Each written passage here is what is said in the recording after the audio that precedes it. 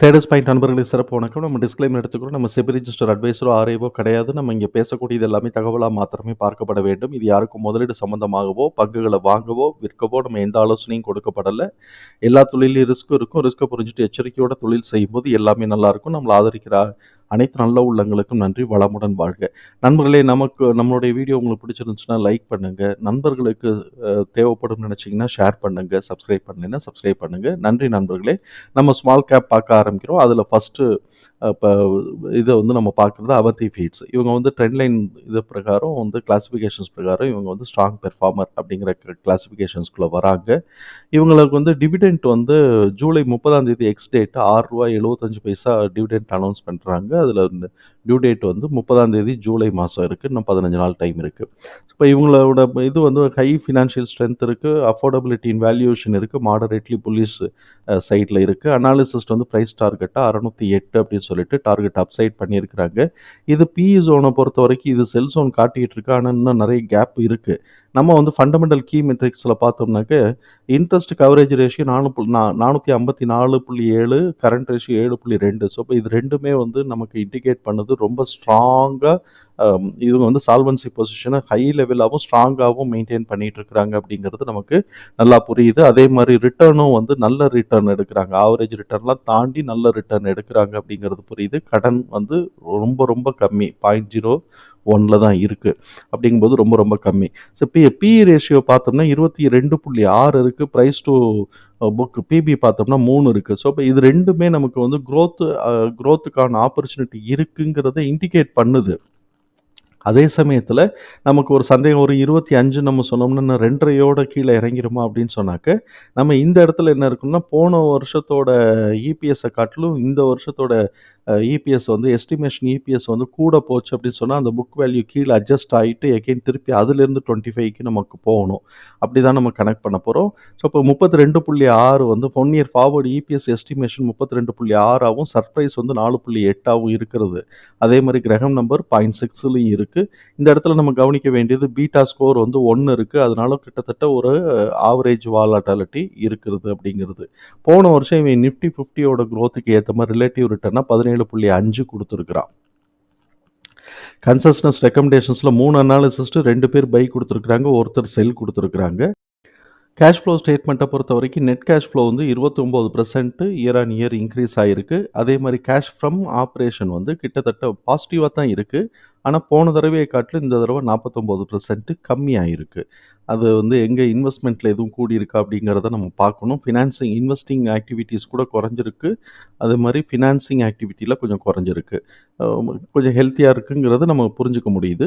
Net profit annual ரிசல்ட்டை பொறுத்த வரைக்கும் net profit year on year 28% increase ஆகிருக்கு. ரெவென்யூ 6.3% இன்க்ரீஸ் ஆகிருக்கு. இப்போ இவங்களோட புக் வேல்யூ நம்ம பார்ப்போம். புக் வேல்யூ பொறுத்த வரைக்கும் 357 கரண்ட் புக் வேல்யூ 197ஆகவும் டிடிஎம் புக் வேல்யூ 720ஆகவும் இருக்குது. Q2Q ரிசல்ட்டை நம்ம பார்ப்போம். Q2Qவில் பார்த்தோம்னா நெட் ப்ராஃபிட் 11% இன்க்ரீஸ் ஆகிருக்கு இயர் ஆன் இயர். அதாவது இந்த மார்ச் 2024ஐயும் போன மார்ச் 2023ஐயும் நம்ம கம்பேர் பண்ணும்போது 11% நெட் ப்ராஃபிட் இன்க்ரீஸ் ஆகிருக்கு. அதே மாதிரி ரெவென்யூ 18% இன்க்ரீஸ் ஆகிருக்கு. Q2Q நம்ம கம்பேர் பண்ணும்போது அதுவும் ரெவென்யூ இன்க்ரீஸ் ஆகிருக்கு. அதே மாதிரி நெட் ப்ராஃபிட்டும் இன்க்ரீஸ் ஆகிருக்கு. ஆப்வியஸாக பார்த்தோம்னாக்க இபிஎஸ் இன்க்ரீஸ் ஆகிருக்கும். ஷேர் ஹோல்டிங் பேட்டர்னை நம்ம பார்ப்போம். அதுக்கு ஷேர் ஹோல்டிங் பேட்டர்னை பார்க்கும்போது இந்த இடத்துல நம்ம எந்த ஸ்மால் கேப்பாக இருந்தாலும் ஹை ரிஸ்க் இருக்குங்கிறத நம்ம மறந்துடக்கூடாது. ஃபோர்காஸ்டர்ஸ் நிறைய பேர் சஜஷன்ஸ் கொடுக்குறாங்கங்கிறதையும் நம்ம ஞாபகத்துக்கு வச்சுக்கிறோம். இப்போ இவங்களுடைய இதுக்குள்ளே பார்த்தோம்னாக்க எஃப்ஐஎஸ் ஏற்றி வச்சுருக்கிறாங்க. எங்கேருந்து 13.48லேருந்து 14.11ன்னு ஏற்றி வச்சுருக்கிறாங்க. அப்போ கிட்டத்தட்ட ஒரு 60%, ஆமாம் 0.6 ஏற்றி வச்சுருக்கிறாங்க. ப்ரமோட்டர்ஸ் இதில் அப்படியே இருக்கா, அன்பிளஜ்டு தான் எல்லாமே. மியூச்சுவல் ஃபண்ட்ஸ் 6% வச்சுருக்கிறாங்க. எஃப்ஐஎஸ் 14% வச்சுருக்காங்க. இன்சூரன்ஸ் 13% இன்சூரன்ஸ் வச்சுருக்கிறாங்க. இப்போ இதெல்லாம் நமக்கு அடிஷ்னலாக மக்கள் இன்னும் கொஞ்சம் இதை இது பண்ணிட்டு இருக்கிறாங்க, ஆர்வமா இருக்கிறாங்கங்கிறத நம்மளால புரிஞ்சுக்க முடியுது. இவங்களோட இபிஎஸ் டேட்டாவ தூக்கி நம்ம உள்ள தூக்கி போட்டோம். இப்போ வந்து பார்த்தோம்னாக்க, ஃபேர் பிரைஸ் 342 இருக்கு. அதோட பேஸ் பிரைஸ்ன்னு பார்த்தோம்னா 513 நமக்கு வருது. இப்ப இது வந்து 1.7ல தான் இருக்கு. இப்ப 2.5 போறதுக்கான ஆப்பர்ச்சுனிட்டி இருக்குங்கிறத நம்ம பார்க்குறோம். ஏன்னா குரோத் ஆப்ஷன்ஸ் எப்படி இருக்கு அப்படிங்கிறத பார்த்தோம்னா, இப்ப இருக்கக்கூடிய பிஇ வந்து 22. அதே இது எஸ்டிமேஷன் ஆன 32 போட்டோம்னா 18ஆ போயிருச்சா? இப்ப இது இது வந்து இந்த இடத்துல இருந்து 25க்கு போறதுக்கு வாய்ப்புகள் இருக்கு அப்படிங்கிறத நம்ம பார்க்குறோம். அப்படி வந்துச்சு அப்படின்னு சொன்னாக்க, இதுக்கு வந்து மேக்ஸிமம் ஸ்கோப் 903 677 இருந்து 903க்கு வாய்ப்புகள் இருக்கு.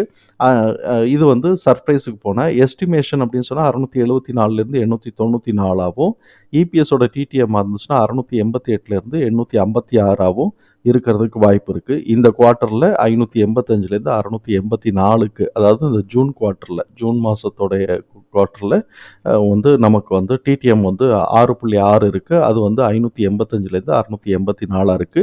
இந்த 6.6 காட்டிலும் இவங்க கூட எடுக்கிறாங்கன்னா, உடைச்சு மேலே ஏறுறதுக்கு வாய்ப்பு இருக்கு. இப்ப இந்த தகவல தூக்கி நம்ம வந்து சார்ட்ல போட்டோம். நமக்கு வந்து பேஸ் பிரைஸ் 513, ஃபேர் பிரைஸ் 342, 585லேருந்து 615, அத உடைக்கும்போது 654லேருந்து 684. இவன் கரெக்ட்டா எங்க போயிட்டு திரும்பி இருக்கிறான்? 672க்கு போயிட்டு திரும்பி இருக்கிறான். அதுக்கப்புறம் இது வந்து கொஞ்சம் கூட எடுத்தாங்கன்னா 745 வரைக்கும் போறதுக்கு வாய்ப்புகள் இருக்கு. இபிஎஸ் இனிமே தானே ரிசல்ட் வரும். 745 வரைக்கும் போறதுக்கு வாய்ப்பு இருக்கு. 745 உடைச்சான்னா இந்த ரீஜனுக்குள்ள வந்துரும். இந்த ரீஜன்ல 793லேருந்து 903 வரைக்கும் இந்த வேல்யூ 793, 824, 831, 856, 894, 903 வரைக்கும் இருக்கு.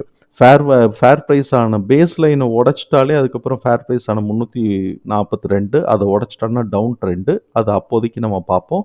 அந்த மாதிரியான சூழல் வந்துச்சுன்னா அப்போதைக்கு நம்ம பார்ப்போம். இப்போதைக்கு இந்த இடத்துலலாம் சப்போர்ட் இருக்குன்னு நம்ம வச்சுக்குவோம். தகவல் நமக்கு பயனுள்ளதாக இருந்ததுன்னா சங்கருக்கு ரொம்ப சந்தோஷம். நம்மளை ஆதரிக்கிற அனைத்து நல்ல உள்ளங்களுக்கு நன்றி. வளமுடன்.